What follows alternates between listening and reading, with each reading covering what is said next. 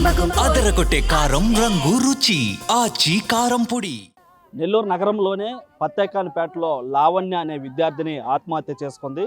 అయితే ప్రియాంక అనే స్కూల్లో ఈ విద్యార్థిని 10వ తరగతి జరుగుతుంది. ఆ యొక్క మధ్యాహ్నం భోజనానికి అని చెప్పి ఇంటికి వెళ్ళిన తర్వాత ఈ యొక్క లావణ్య ఆత్మహత్య చేసుకోవటం కూడా జరిగిందని మనకు తెలుస్తూ ఉంది. ప్రస్తుతం మనతో పాటు వారి తల్లిదండ్రులు కూడా ఉన్నారు. వారిని అడిగి ఏం జరిగింది ఏంటి అన్న విషయం కూడా తెలుసుకుందాం. అమ్మ, ఏం జరిగింది ఏంటి, ఎన్ని గంటలకు పాపి వచ్చింది, మీరు ఎప్పుడు చూశారు, అసలు ఏం జరిగింది?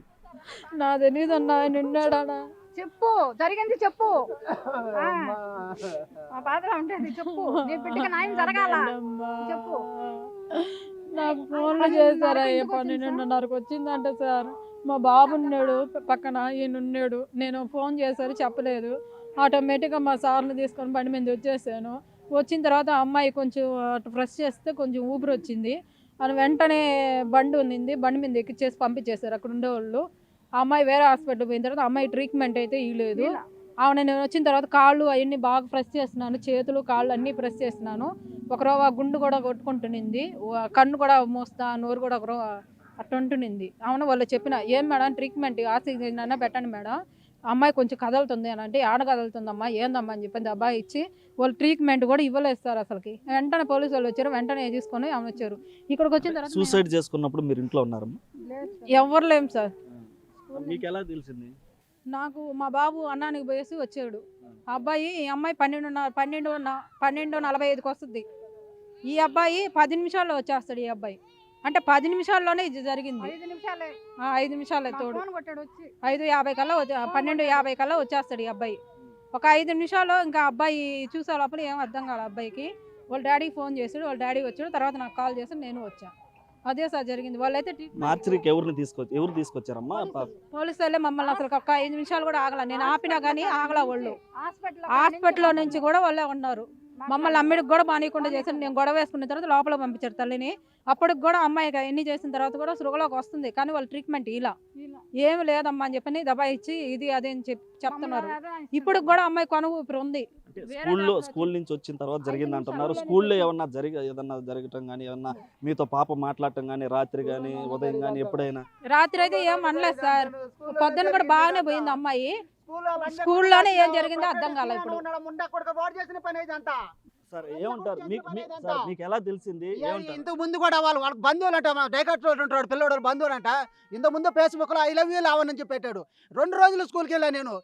మీ క్లాస్లో ఈ విధంగా మీ పిల్లోడు ఇట్లా చేస్తుంటే ఎందుకు పట్టించుకోలేదు మీరు ఫోన్ అని అడిగాను. నేను క్లాస్కి వచ్చి నేను వచ్చి అడుగుతానంటే 2 రోజులు పోయినా. 2 రోజులు లేడు, క్లాస్లో వెళ్ళిపోయాడు. నేను అక్కడి నుంచి స్టాప్ నడితే సార్ లేడు, సార్ వచ్చినప్పుడు రాండి అని చెప్పాడు. తర్వాత ఆయన నాకు ఫోన్ చేసిందిలే.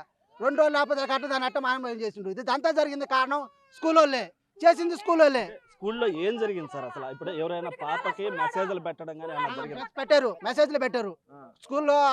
స్కేమ్ ఆ పాప క్లాస్మేట్ అను ఆ సీను సార్ వాళ్ళ బంధు అబ్బాయి డైకాస్ రోడ్ ఉంటాడు. ఆ అబ్బాయి మెసేజ్ పెట్టాడు, ఐ లవ్ యూ అని మెసేజ్ పెట్టాడు. సీను సార్ ఎవరు? ఆ ప్రొపరేటర్ స్కూల్ టీచర్ కదా, ప్రొపరేటర్ ప్రియాంక స్కూల్ ప్రొపరేటర్ ఆయనదే స్కూలు. ఆయన చేసిన ఆయన వల్ల ఇదంతా జరిగింది. ఒకసారి మా బిడ్డ ఒకసారి తప్పు చేస్తే స్కూల్ పిలిపించి నన్ను అడిగాడు. అదే నా తిప్పులో ఇంకో బిడ్డ తప్పు చేస్తే స్కూల్ పిలిపించరా? ఏదో జరిగింది. అది ఇదంతా జరగడానికి కాలం స్కూల్ అతను చేసిన పని. అది పాప చేసుకున్న పనే కదా, ఎవరో చేసిన పని. అది పాపకు అందదు. అది పాప చేసిన పని కాదు, ఎవరో చేసిన పని. అది ఉదయం మార్నింగ్ నేను 8:30కి టిఫిన్ తెప్పించాను. టిఫిన్ తినింది, డాడీ అని చెప్పి వెళ్ళిపోయింది. మళ్ళీ 12:40కి ఇంటికి వస్తుంది సార్ భోజనానికి. 12:40కి భోజనానికి వచ్చేసి భోజనం చేసేసి మళ్ళీ వెళ్ళిపోద్ది, 1 గంటకి వెళ్ళిపోద్ది. వేరే అబ్బాయి ఇబ్బంది పెడుతున్నాడని మీకు తెలిసింది. అయితే ఇప్పుడు అబ్బాయిని మందలించడం కానీ, అబ్బాయితో మాట్లాడడం కానీ చేయడం, స్కూల్ కానీ మీరు కానీ? అది నేను ఆయనకు చెప్తే నేను మందలిస్తాను, నేను మాట్లాడుతాను, నేను చేస్తానని చెప్పిండే కానీ మమ్మల్ని ఆడ పిలిపించి చేసింది ఏం లేదు.